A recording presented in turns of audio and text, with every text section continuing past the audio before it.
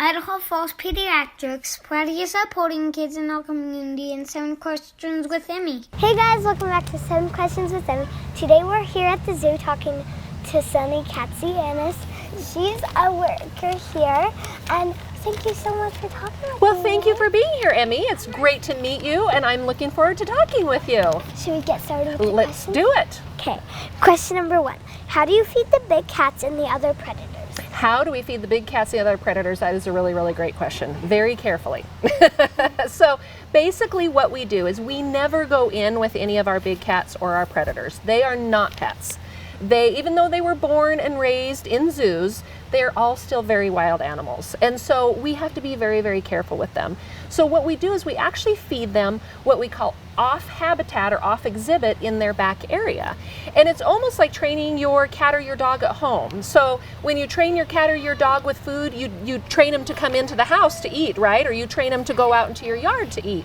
Well, what we've done... Or to use the bathroom. Yep, exactly, or to use the bathroom. That's a very good example. So what we do here is we actually have trained them that at night, that's how they come in at night. They know that they have to go back into their back denning area if they want to get fed. And then what we have is these big doors and these big gates and these big kind of like mechanical systems that are called guillotine doors that work just like you've heard of maybe the guillotines in France, the off with your head. Well, these aren't that dramatic, but they do work the same way. So they have these big pulleys that they pull on, and it can actually open the door from outside of where they're at. And we have these big tubes that we slide meat down into. The tube leads right into their holding area, and the animal comes in and the food is sitting right there on the floor or in a bowl for it, and they're ready to eat. That's cool. It's very cool. Yes, it's very cool. Question number 2. What do you do when one of your animals has a baby? Whenever anybody has a baby, we're going to actually get to meet kind of a special baby. So we do some different things depending on the baby. Most of the time, as long as one of the parents, mom or dad, is taking care of it, and it depends on the animal, whether it's mom or whether it's dad or whether it's both, we hope that they just do like they do in the wild. We want them to take care of their own babies. Now, some of the times animals in zoos are a little bit spoiled, or they don't have the experience that they need to take care of those babies. So some of the times our zookeepers actually have to intervene, and they have to help raise that baby. There's other examples where we allow the parents to raise them for so long, and then we actually take them and we finish the raising. So for example, with our penguins, with our African penguins, one of the things that we do is we allow them to stay with their mom and their dad after they hatch for about 28 days. And then after that, what we do is we actually pull them. Mom and dad still get to visit with them. They still get to see them through kind of a door system. But what we do is then we take them and we start feeding them. And that actually helps with our penguins. That helps our penguins get used to us, and they know what time dinner time is. And so we do public penguin feedings where we allow the people to watch us feed them at 10 and at 4 every day. And what we do is we actually just feed them. We have the penguins come into us. They know to come in. We give them that fish, open their mouth, stick the fish in their mouth, and they swallow it, and they know that if they want to eat dinner, that's what they have to do. So it really kind of depends on the animals, but our hope for the most part is that mom and dad will do their job. What's the oldest animal at the zoo? What's the oldest animal at the zoo? I would have to say the Aldabra tortoises, those big giant tortoises that we have. Honestly, Emmy, we don't even know how old they are. They're super old. They're over 100 years old. And those big giant tortoises like that can live to be 175, maybe even 200 years old. Some animals live a lot longer than people do. And so with that, we just take the best care of them that we can and know that they are slow old men and they may need a little bit of extra time to get places because, you know, after all, when we're 100 years old, we can only hope that we look as good as they do, right? Yeah.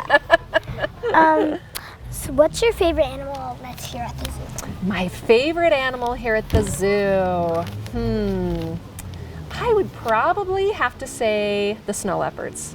I just think they're so pretty. I think they're amazing. I think that's the cutest baby in the world is a baby snow leopard.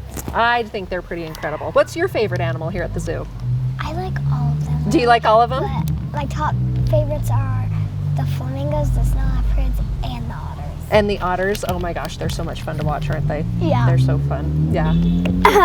How much food do you go through every day? How much food do we go through every day? A lot.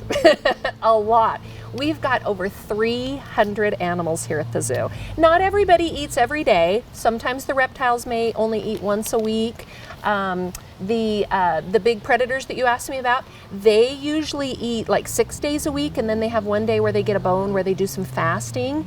And so we go through a lot. We go through hay, we go through meat, we go through vegetables, we go through seeds, we go through fish, we go through pelleted food. A lot of food. It's a lot of food. Have any of the animals ever escaped? You know, it's kind of funny. We have had instances of the animals escape, but you want to know what animals escape the most? What The animals? peacocks. Yeah, they do escape a They lot. do. So as soon as we open up the gates in the spring after we've been closed all winter, the peacocks are like, hey guys, what's going on? I need to check this out. And they go marching off into the parking lot. Usually all we have to do is go out and herd them right back in. So that's pretty easy. We have had a long time ago when I worked here, long time ago, way before you were born, we had a couple of birds that escaped and we ended up finding them. We had to chase them down with nets and gather them up. We've had wallabies escape a couple of times and bop out and go into the local neighborhoods years and years and years ago. But thankfully, knock on wood, we haven't had any dangerous animals ever escape here at the Idaho Falls Zoo because we put a lot of safety precautions in place. And we're trained, and our animal care staff is trained such that if something does escape, we deal with it very quickly. And we've always been able to get it back into the zoo very efficiently. What's something you've learned working at the zoo? Something that I've learned working at the zoo. Oh wow, I've been here a long time. So I've learned a lot. I've learned a lot of really incredible things about all of the animals at the zoo.